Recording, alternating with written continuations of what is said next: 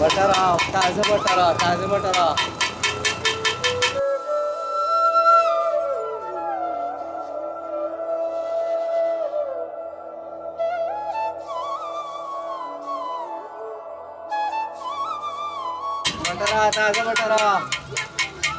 تازه بټر خواږه بټر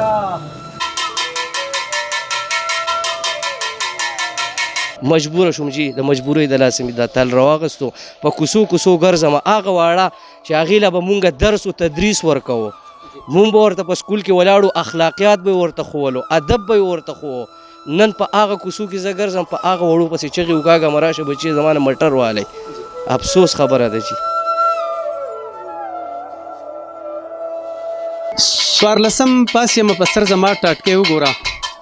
څوارلسم پاس یم په سر زما ټاټکې وګوره ورته وهلی مې پټکې وګوره داسې تعلیم دی په بلا ولګي چې مې پردی بوجۍ ته ملا ولګي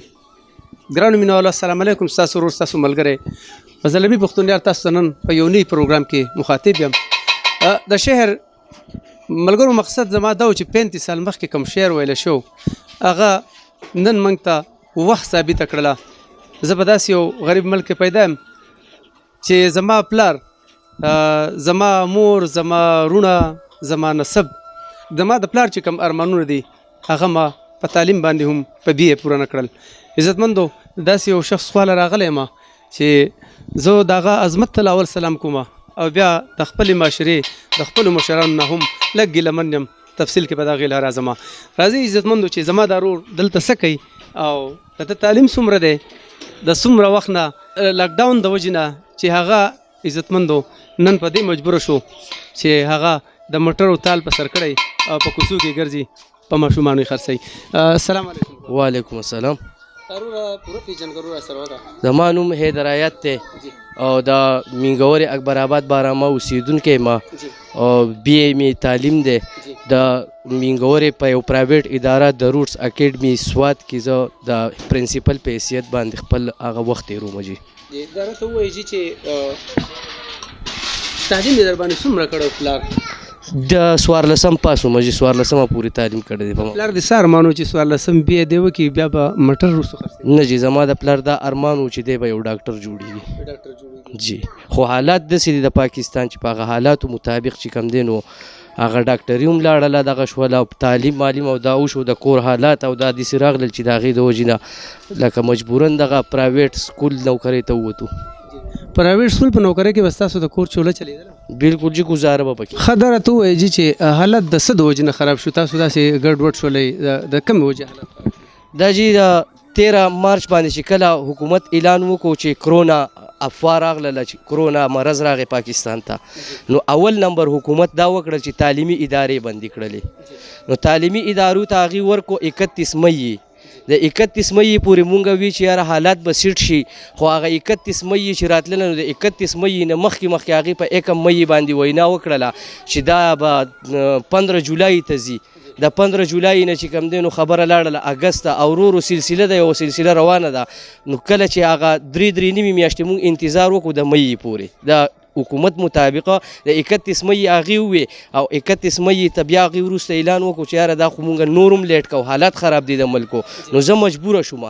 چې څه اسره بسره وه کور کې څه نقدې څه وو هغه تنخواګانو کې مونږ لږ بچت راغلی و چېرته کې د غریب سړي به څه بچتي جي هغه بچت راغلی و هغه مونږ وخوړو په هغه 3 میاشتو کې مزید بیا زمونږ سره نور څه چاره نه وه مجبوره شوم جي شاته د دکاندار قرضه وه هغه وایي چې پیسې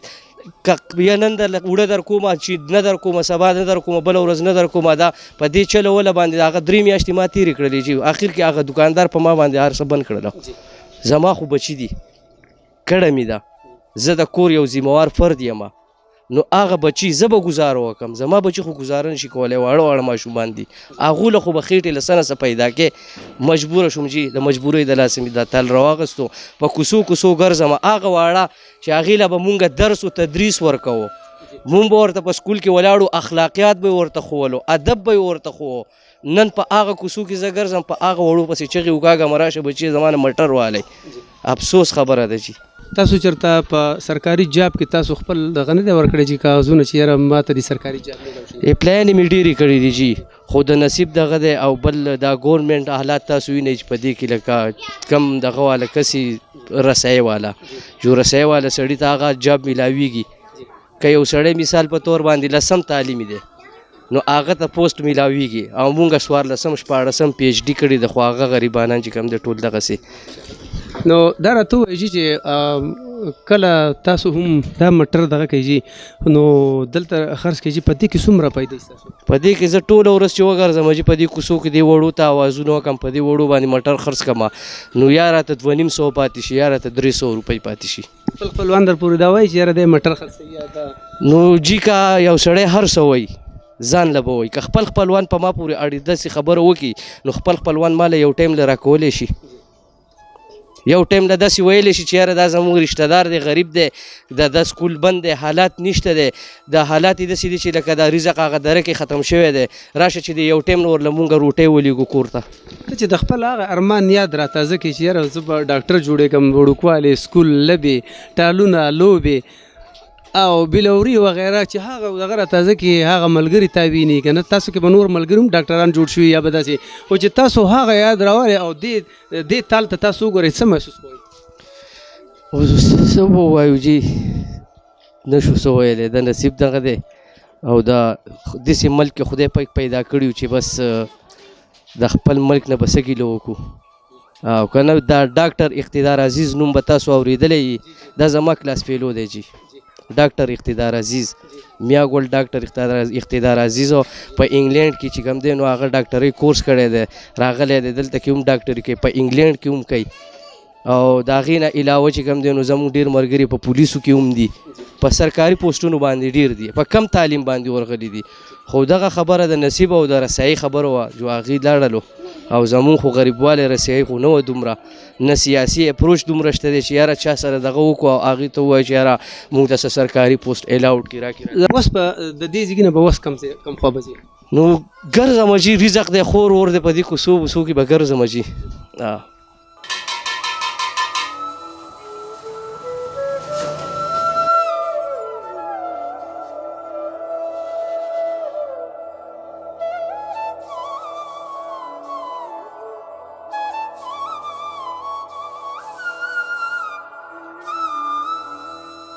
عزتمندو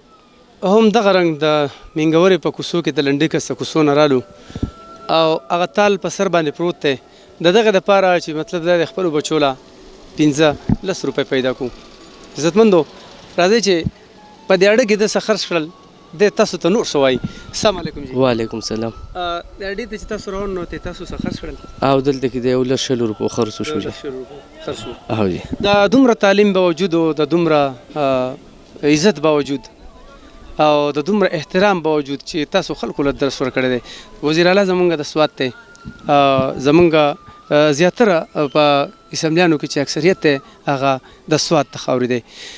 دغه خلکو ته څه پیغام ورکړئ دغه خلکو ته څه فریاد وړاندې کړئ دغه خلکو ته زما دا فریاد دی چې د خدای او د رسول خاطر دی وکړي او زمونږ په شانتې زه خو لګیایم جي لکه زمونږ داسې ملګري دي د استاذۍ پیډ کې چې هغې د دې د لاسه شرم محسوسوي په دې کې او دا ټاټکې نشي راغستلی هغې دیاړي نشي کولی ځان ورته شرم ورته ښکاري په دې کې نو زه خو بخیر ځان داسې حساب کوم چې یاره ما تعلیم نه دی کړی پاکستان دی که نه تعلیم مې نه دی کړی زه انپړ یم اړو نو زه لګیایم زه خو خپله مزدوري کوم ما خو هغه شرم محسوسول ختم کړي دي خو زمونږ په سونو استادان دي په پرایویټ سکولونو کې چې هغې په دې خبره باندې شرم محسوسوي نو زه حکومتي وخته دا درخواست کوم چې د خدای او د رسول خاطر دی وکړي او په دې پرایویټ سکول استادان چې کوم دي په دې استاداني طبقه باندې ډېر غټ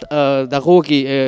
رحم وکړي مهرباني دي وکړي یا دې د دې استادانو دپاره څه پیکج مقرر کړي یا چې کوم دی دې استادانو له د پرایویټ سکولونو والا د اجازت ورکړي چې پرایویټ سکول او شي نو هغې کله یو تاریخ کوي کله بل تاریخ کوي نه پرایویټ سکول آویږي او نه چې کوم دی د دوی سره څه ریلیف ورته میلاویږي نه ورسره حکومت څه تعاون کوي او نه ورسره لوکل انتظامیه څه تعاون کوي جي ډېره مننه ان شاء الله الله شته او زه مچ ستا دا فریاد چې کوم دی دا به زمونږ خپل وزیر اعلی ګوري دا به زموږ مراد صحیح سم ګوري الله دې وکړي چې ستا په شان په سونو دا کم نور استادان چې دي دا غوي هم د کور چولې بند دي او الله پاک ته خپل رحم وکړي او داغي هغه چولې دي آزاد کی عزتمند تاسو خبره واوریدلې ډیر قابل انسان دی نن هغه په مټرو خرڅولو په اډو کې مجبور دی عزتمندو دا ډیر یو مشکل حالو کله چې هم په مونږ باندې د کرونا افات راغلي دي په دې کې یقین په الله وکړي داسې سپیت پوش دي چې هغې پکې د کرونا مړه کړل جي هغې د ولږې مړه کړل هغې په خودکشیانو باندې مجبوره شو هغې مطلب دا چې هغې سره د ډاکټر د تلو هغه پیسې هغه توان ختم شلو نو هغې ځکه په خودکشۍ باندې مجبوره شو الله دې وکړي تاسو د استاد صاحب خبرې واورېدلې چې یاره داسې زموږ سره په سوونو استادان نور هم دي په سوونو چولې بندې دي حکومتي وخت له هم پکار دي جي که دا کرونا چې کوم دی زویمه چې دا نن سبا په دې وخت کې نشته دی